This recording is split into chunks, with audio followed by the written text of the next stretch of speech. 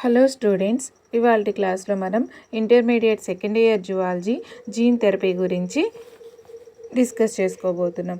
జన్యు చికిత్స అంటే జన్యువుల్ని వ్యక్తి యొక్క కణాలు, కణజాలాల్లోకి అనువంశికత వ్యాధుల్ని నయం చేయడానికి ప్రవేశపెట్టడం.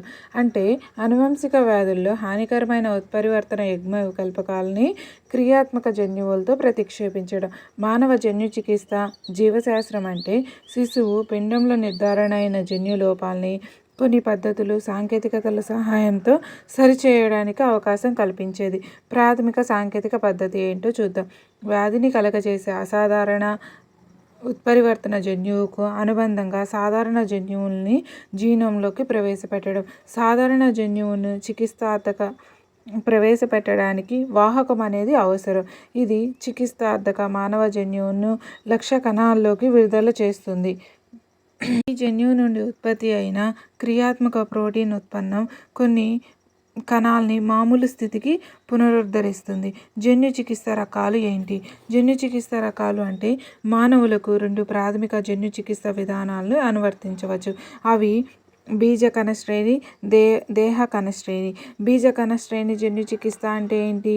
ఈ చికిత్స విధానంలో క్రియాత్మక సాధారణ జన్యువులను శుక్రకణాలు లేదా స్త్రీబీజ కణాల్లోకి ప్రవేశపెట్టి వాటి జీనోమ్తో సమైక్యం చేస్తారు. కాబట్టి ఈ జన్యు మార్పు అనువంశికం చెందగలుగుతుంది. అనేక సాంకేతిక, నైతిక కారణాల వల్ల బీజ కణ శ్రేణి జన్యు చికిత్స శైశవ స్థాయిలోనే ఉండిపోతుంది. నెక్స్ట్, దేహ కణ శ్రేణి చికిత్స అంటే ఏంటి? ఈ చికిత్స విధానంలో క్రియాత్మక జన్యువులను రోగి దేహ కణాల్లోకి ప్రవేశపెడతారు. ఈ విధానం వ్యాధికి గురి అయిన వ్యక్తి దేహ కణాలకు చికిత్స చేసి వ్యాధి దృశ్య రూపాన్ని నయం చేయడానికి ఉపయోగిస్తారు. ఈ విధమైన జన్యు చికిత్సలో వచ్చిన మార్పులు అనువంశికమైనవి కావు. దేహ కణ శ్రేణి చికిత్స దేహ బాహ్యంగా కానీ లేదా లోపల కానీ ఉంటుంది. దేహ బాహ్య పద్ధతిలో కణాలు దేహం బయట మార్పు చేయబడి తిరిగి దేహంలో ప్రతిస్థాపించబడతాయి. దేహం లోపలి విధానంలోని కణాలు దేహంలో ఉండగానే వాటి జన్యువులు మార్పు చేస్తారు. మొదటి క్లినికల్ జన్యు చికిత్స ఎప్పుడు జరిగింది ఏంటి అనేది మనం ఒకసారి డిస్కస్ చేసుకుందాం. మొదటి జన్యు చికిత్స 1990లో ఎడినోసిన్ డిఎమినేజ్ లోపం గల 4 సంవత్సరాల పాపకు చేయబడింది. ఈ ఎంజైమ్ రోగనిరోధక వ్యవస్థ పనిచేయడానికి ఎంతో కీలకమైంది.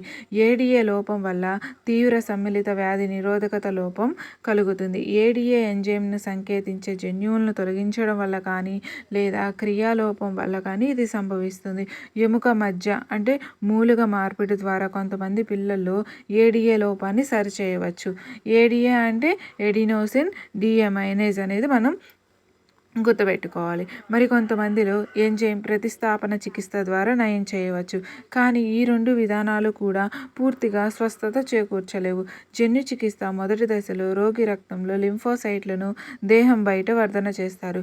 క్రియాత్మక ఏడిఏ యొక్క సిడిఎన్ఏను రిట్రోవైరస్ వాహకమును ఉపయోగించి లింఫోసైట్లలోకి ప్రవేశపెడతారు. వీటిని వర్ధనం చేసి రోగి రక్తంలోకి తిరిగి ప్రవేశపెడతారు. అయితే ఈ కణాలు శాశ్వతమైనవి కాకపోవడం వల్ల రోగులకు జన్యు మార్పిడి చేసిన లింఫోసైట్లను ఆవర్తనంగా ఇవ్వవలసి ఉంటుంది.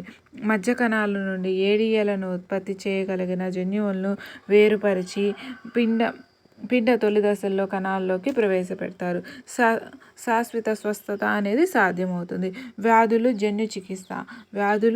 జన్యు చికిత్స నెక్స్ట్, శాస్త్రవేత్తలు ఏకజన్యు లోపాల వల్ల కలిగే వ్యాధులైన సిస్టిక్ ఫైబ్రోసిస్, అతి రక్తస్రావం, కండరాల క్షీణత, కొడవలి ఆకార రక్తహీనత మొదలైన వాటిపై దృష్టి సాధిస్తున్నారు.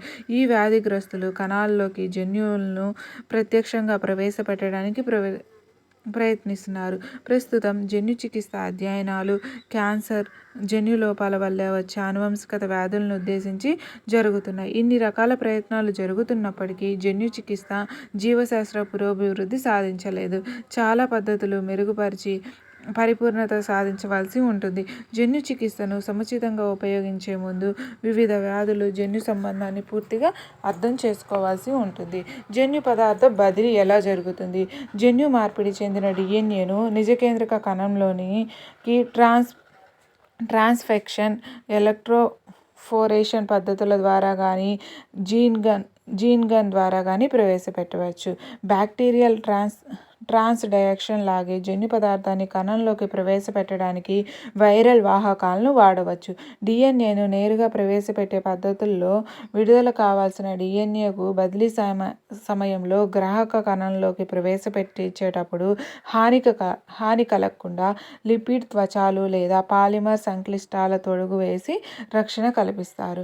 వ్యాధిని కలుగజేసే జన్యువులను చైతన్యరహితం చేయడానికి సంశ్లేషిత అలిగో డిఆక్సీ న్యూక్లియోసైడ్లను వాడుతున్నారు. ఇదండి జన్యు చికిత్స అంటే ఏంటి అనేది మనం ఇవాళ క్లాస్లో డిస్కస్ చేసుకున్నాం. నెక్స్ట్ క్లాస్లో జన్యు పరివర్తన గురించి డిస్కస్ చేసుకోబోతాం.